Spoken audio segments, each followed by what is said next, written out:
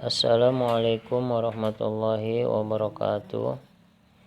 Alhamdulillahirabbil alamin. Kita bersyukur kepada Allah Subhanahu wa taala yang telah memberikan kita nikmat, terutama nikmat sehat, sehingga pada hari ini kita dapat menjalankan kewajiban kita, aktivitas kita belajar secara online. Pelajaran kita hari ini adalah pelajaran pendidikan Pancasila dan kewarganegaraan. Kita akan mempelajari tentang menjelaskan kewajiban dalam kehidupan sehari-hari dan kewajiban di lingkungan sekolah, serta menceritakan pengalaman melaksanakan kewajiban. Baik, kita mulai pelajaran kita. Bismillahirrahmanirrahim. Perhatikan, di sini ada sebuah gambar. Gambar apakah ini? Nah, ini adalah gambar jam matahari. Ya. Menurut catatan sejarah, jam tertua dalam peradaban manusia adalah jam matahari. Jam matahari adalah sebuah perangkat sederhana yang menunjukkan waktu berdasarkan pergerakan matahari. Rancangan jam matahari yang paling umum memanfaatkan bayangan yang menimpa permukaan datar yang ditandai dengan penunjuk waktu dalam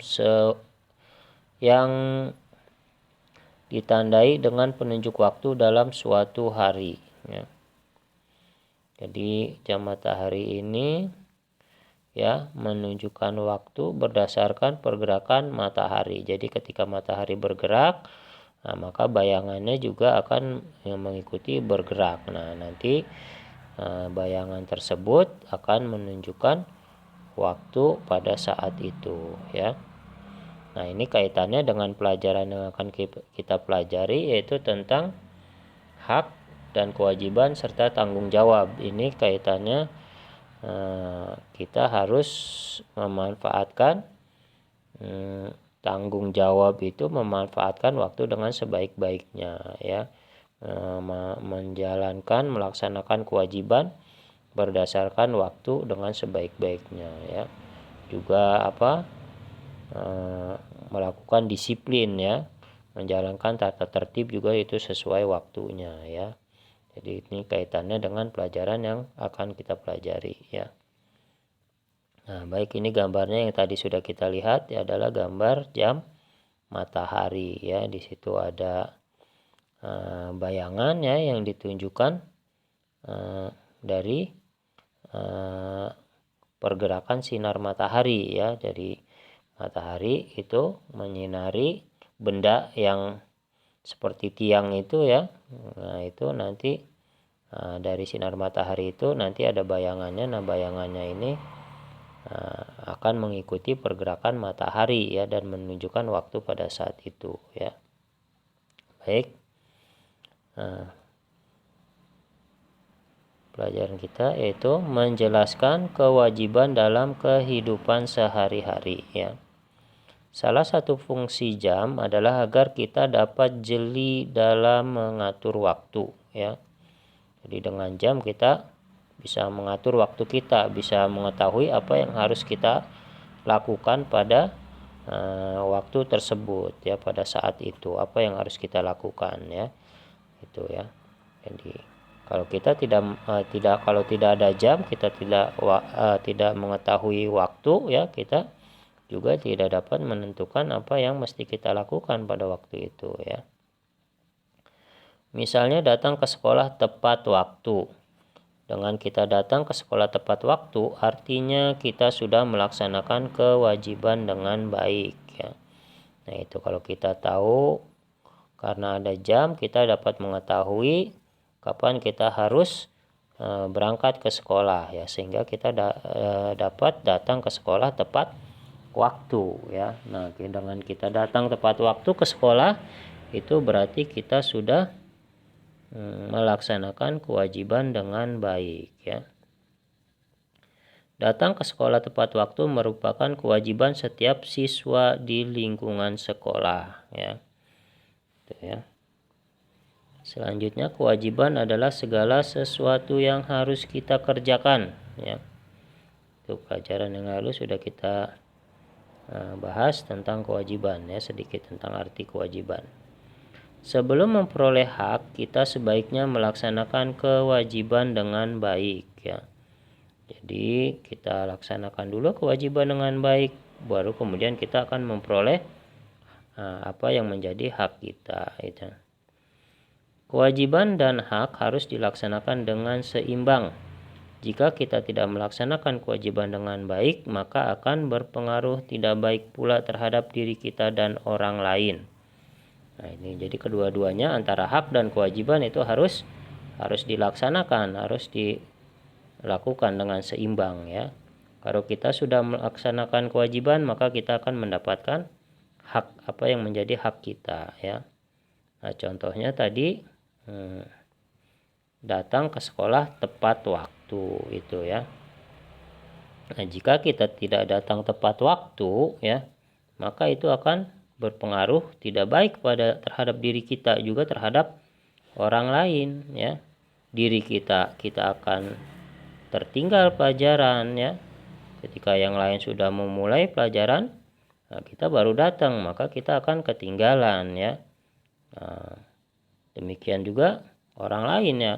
Orang lain yang sedang belajar sudah mulai pelajaran, karena kita baru datang akhirnya terganggu dengan kedatangan kita. Nah, itu contohnya ya.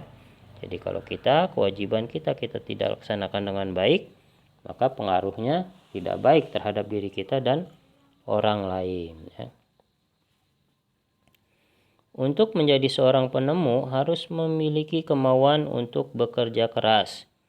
Diperlukan kerja keras serta disiplin yang tinggi untuk terus mencoba dan berusaha ya. Jadi jika kita punya cita-cita, punya keinginan, supaya keinginan kita bisa terwujud, nah kita harus disiplin dan bekerja keras ya. Disiplin merupakan ketaatan seseorang atau kelompok orang terhadap aturan atau tata tertib yang berlaku. Sikap disiplin membawa banyak manfaat ya. Jadi disiplin itu merupakan ketaatan seseorang ya atau kelompok ya. Contohnya itu kalau di sekolah, di kelas ya, itu jika semua siswa di kelas melaksanakan tata tertib dengan baik, nah itu berarti siswa di kelas tersebut sudah melakukan disiplin ya. Sudah disiplin artinya ya, itu merupakan kelompok ya. Kelompok siswa-siswi yang ada di kelas ya, satu kelompok. Itu artinya mereka sudah disiplin ya. Demikian juga secara individu ya, secara perorangan. Jika setiap orang itu sudah melaksanakan tata tertib, nah itu juga tandanya dia sudah disiplin ya. Jadi disiplin itu merupakan ketaatan seseorang atau kelompok orang terhadap aturan atau tata tertib yang berlaku ya. Nah, disiplin ini membawa banyak manfaat ya. Selanjutnya menjelaskan kewajiban di lingkungan sekolah. Setiap orang memiliki hak dan kewajiban yang harus dilaksanakan dengan seimbang. Pelaksanaan kewajiban yang seimbang membuat hak orang lain tidak terganggu. Selain itu tercipta kehidupan yang aman dan tertib ya. Jadi seperti tadi yang sudah kita baca, sudah dijelaskan, yaitu jika kewajiban tidak dilaksanakan maka itu akan berpengaruh ya, berpengaruh tidak baik terhadap diri sendiri atau juga orang lain ya. Nah, selanjutnya amatilah gambar-gambar berikut. Nah, di sini ada gambar A, yaitu siswa-siswi sedang melaksanakan musyawarah ya. Kemudian gambar B, ini siswa-siswi sedang melaksanakan upacara ya. Kemudian gambar C, ini sedang belajar di kelas ya. Nah, di sini ada beberapa pertanyaan untuk gambar A, B, dan C ya. Yang pertama yaitu apa kewajiban yang semestinya dilakukan para tokoh pada gambar ya. Nah, ini pada gambar A, kewajiban mereka adalah mengikuti musyawarah dengan baik, dengan serius ya, tidak bercanda, tidak main-main ya. Kemudian gambar B, ya, kewajiban yang semestinya mereka lakukan yaitu mengikuti upacara dengan hikmat, dengan serius ya, tidak bercanda, tidak ngobrol ya. Kemudian gambar C, kewajiban yang mestinya dilakukan yaitu mengikuti pelajaran dengan baik, dengan seksama ya, tidak tidur ya, dengan khusyuk ya, itu ya, dengan konsentrasi ya. Kalau tidur kan itu tandanya udah tidak bisa konsentrasi ya. Kemudian yang kedua pertanyaan, apa dampak melaksanakan kewajiban tersebut ya? Ya, dampaknya jika mereka melakukan kewajibannya dengan baik, maka di sini kalau gambar A itu akan mendapatkan hasil musyawarah, akan memperoleh hasil musyawarah ya. Sebaliknya jika mereka tidak melaksanakan kewajiban dengan baik, yang gambar A ini, maka dia tidak akan mendapatkan hasil musyawarah ya. Kemudian gambar B, jika melaksanakan upacara dengan hikmat, dengan serius, nah, maka mereka akan dapat memahami apa yang disampaikan oleh pembina upacara ya. Sebaliknya kalau tidak mengikuti upacara dengan serius, ya mereka tidak akan dapat memahami apa yang disampaikan pembina upacara ya. Akan mengganggu orang-orang di sekitarnya. Demikian juga gambar C ini ya. Nah, karena dia tidak melakukan kewajiban dengan baik ya, tidak memperhatikan pelajaran, dia tidur, maka dia tidak dapat memahami pelajaran yang disampaikan oleh Bapak Ibu guru ya. Juga akan mengganggu teman di sebelahnya ya. Kemudian pertanyaan selanjutnya, bagaimana wujud tanggung jawab mereka terhadap hak yang diperoleh? Nah, ini wujud tanggung jawabnya gambar A ini, siswa-siswi ini sudah bertanggung jawab ya. Mereka mengikuti musyawarah dengan serius, dengan baik ya, sehingga mereka memperoleh hasil musyawarah ya. Nah, kemudian gambar B ini ada sebagian anak yang tidak mengikuti upacara dengan baik ya, dia tidak melaksanakan tanggung jawabnya ya. Ketika upacara dia ngobrol ya, maka dia tidak dapat memahami apa yang disampaikan oleh pembina upacara ya. Juga mengganggu teman di sekelilingnya ya, di sebelahnya ya. Nah, kemudian gambar C juga ini, dia tidak melaksanakan tanggung jawabnya yaitu memperhatikan pelajaran ya, sehingga dia tidak dapat memahami pelajaran ya. Kemudian pertanyaan selanjutnya, apa dampak yang dirasakan orang sekitar terhadap perilaku tokoh pada gambar ya. Gambar A ini yang dirasakan yaitu mereka semua dapat memperoleh hasil musyawarah ya dengan baik. Kemudian gambar B ya, ini orang di sebelahnya akan terganggu ya, tidak dapat mengikuti upacara dengan baik, dengan hikmat ya. Nah, demikian juga gambar C ini, sebelahnya akan terganggu konsentrasinya karena temannya ya tidur ya. Jadi karena ada teman yang tidur, dia konsentrasinya tidak fokus kepada guru yang sedang menjelaskan karena dilihat teman sebelahnya tidur ya. Jadi konsentrasinya terganggu gitu ya. Itu dampak yang dirasakan oleh orang sekitar terhadap perilaku tokoh pada gambar ya. Baik, selanjutnya menceritakan pengalaman melaksanakan kewajiban ya. Contoh sikap mendahulukan kewajiban daripada hak ya. Di sini gambar siswa-siswi ya masuk ke kelas dengan tertib ya.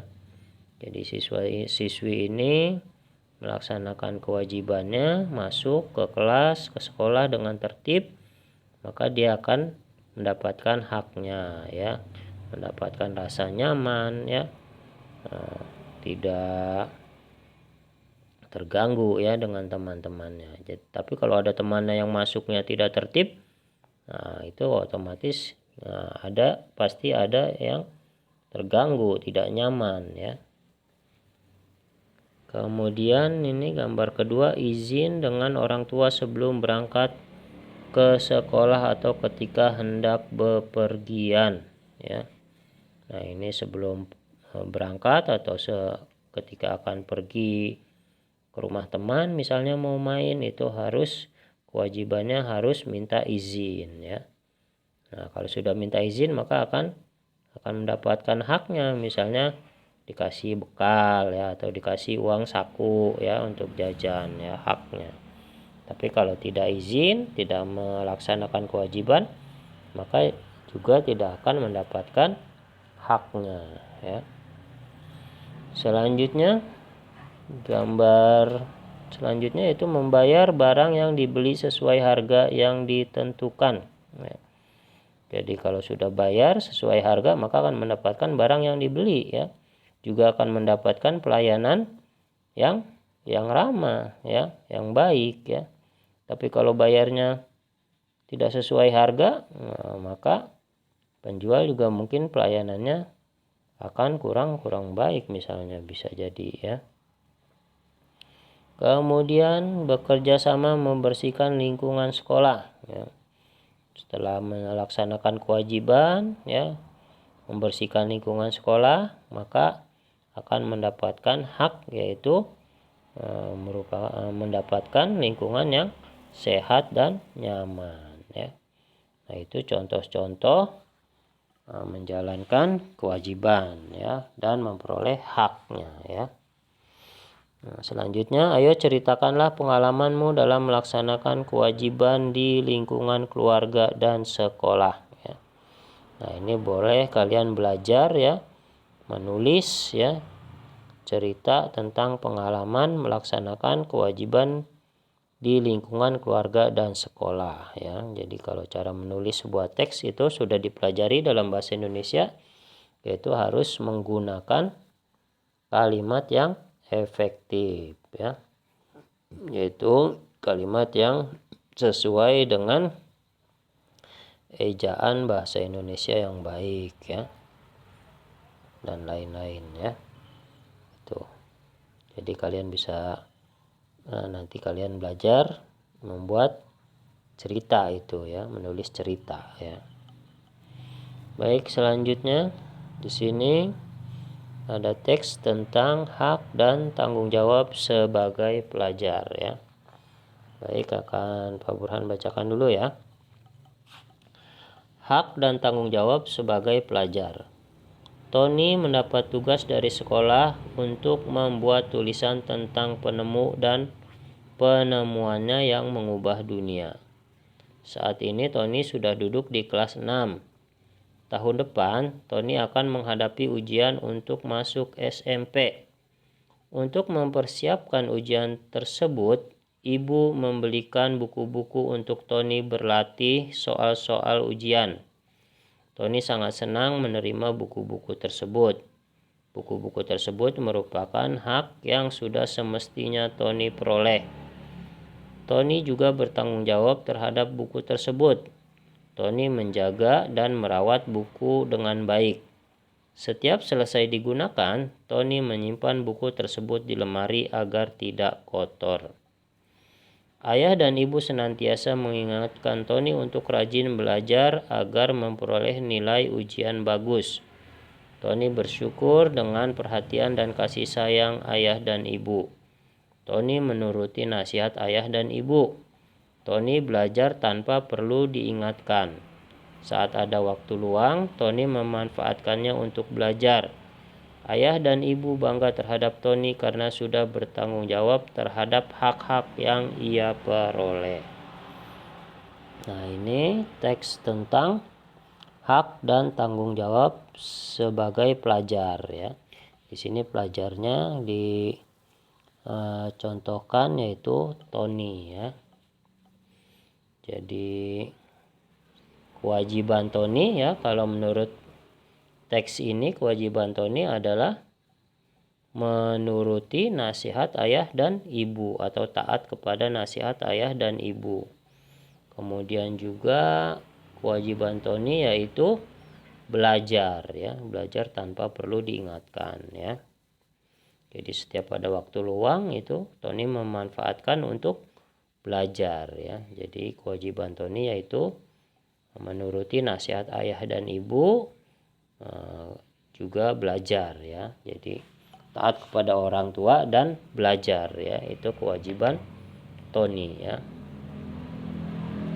Jadi kalau menurut teks di sini Tony sudah melaksanakan kewajibannya ya sebagai anak dan juga sebagai pelajar ya. Sebagai anak Tony sudah mematuhi, menuruti nasihat ayah dan ibu. Sebagai pelajar juga dia sudah belajar dengan baik ya, tanpa perlu diingatkan ya. Jadi Tony sudah melaksanakan kewajibannya dengan baik, dengan tepat ya. Kemudian manfaatnya yang diperoleh dengan melaksanakan kewajibannya yaitu dengan menuruti nasihat ayah dan ibunya, Tony mendapatkan perhatian dan kasih sayang dari ayah dan ibunya ya. Dengan rajin belajar, Tony mendapatkan nilai yang bagus ya, nilai ujian yang bagus ya. Itu manfaat dari menjalankan kewajibannya yang sudah dilakukan oleh Tony ya. Kemudian wujud tanggung jawab Tony terhadap hak yang diperoleh yaitu Tony menjaga dan merawat buku dengan baik ya. Jadi buku-buku yang diperolehnya itu merupakan hak yang harus diperoleh dari orang tuanya ya. Nah, Tony sudah mendapatkan haknya dari orang tuanya, itu mendapatkan buku-buku pelajaran ya. Nah, bentuk tanggung jawab Tony terhadap buku tersebut yaitu menjaga dan merawat buku dengan baik ya. Jika Tony tidak melaksanakan kewajibannya, akibatnya jika dia tidak menuruti nasihat ayah dan ibu misalnya, nah maka dia tidak akan mendapatkan perhatian dan kasih sayang dari ayah dan ibunya ya. Atau jika dia tidak mau belajar, maka dia tidak akan mendapatkan nilai yang bagus ya. Nah, itu akibat jika dia tidak melaksanakan kewajibannya ya. Itu ya tentang hak dan tanggung jawab sebagai pelajar ya. Di sini pelajarnya dicontohkan yaitu Tony ya. Baik, selanjutnya ini soal-soal yang harus kalian kerjakan yaitu ya, apa kewajiban Tony pada teks tersebut ya. Kemudian apakah Tony sudah melaksanakan kewajiban dengan tepat ya, jelaskan. Apa manfaat yang Tony peroleh setelah melaksanakan kewajiban tersebut. Kemudian bagaimana wujud tanggung jawab Tony terhadap hak yang diperolehnya. Kemudian apa akibat jika Tony tidak melaksanakan kewajiban dengan tepat ya. Nah, ini soal-soal ini kalian jawab di buku tulis kalian ya. Nanti kalian serahkan, kalian kirim ke wali kelas masing-masing ya. Demikian pembahasan kita ya. Mudah-mudahan dapat dipahami ya. Sekian, semoga bermanfaat. Wassalamualaikum warahmatullahi wabarakatuh.